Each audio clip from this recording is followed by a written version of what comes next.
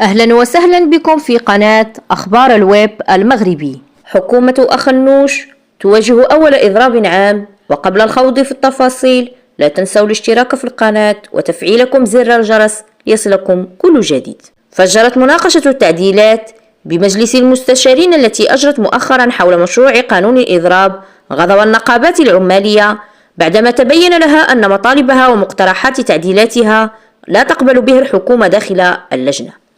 وفي الوقت الذي أعلنت النقابات عن عدم مشاركتها في مناقشة التعديلات بالجلسة بمجلس المستشارين إذا تم تقريرها من قبل رئيس المجلس، أعلنت بالمقابل عن خوض إضراب عام في جل القطاعات العامة والخاصة، الأمر الذي يعكس تزايد التوترات بين الحكومة والنقابات. ولوحت 5 مركزيات نقابية بإضرابات عامة تهدد بشل الحياة الاقتصادية والاجتماعية للبلاد. فهل نحن أمام مواجهة جديدة بين الشغيلة والحكومة؟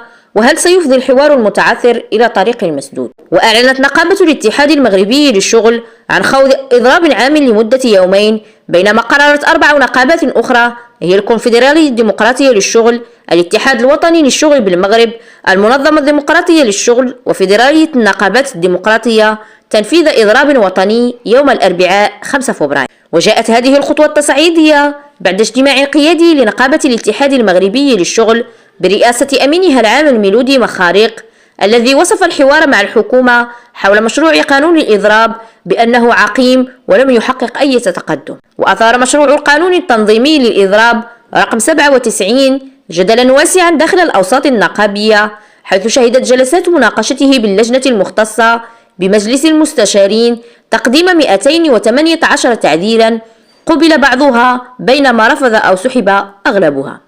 ورغم تأكيد وزير الإدماج الاقتصادي يونس السكوري على تحقيق توازن في القانون، اعتبرت النقابات أن التعديلات لا تلبي طموحها. ويرى مراقبون أن هذا الإضراب قد يؤدي إلى تعطيل قطاعات حيوية في البلاد، لا سيما مع مشاركة قطاعات واسعة من العمال والموظفين. وتشير النقابات إلى أن هذا التصعيد هو دفاع عن حق أساسي للشغيلة، فيما تروج الحكومة لرؤية جديدة تهدف إلى تنظيم هذا الحق وفق ضوابط قانونية تضمن استمرارية الخدمات العامة. وماذا بعد الإضراب؟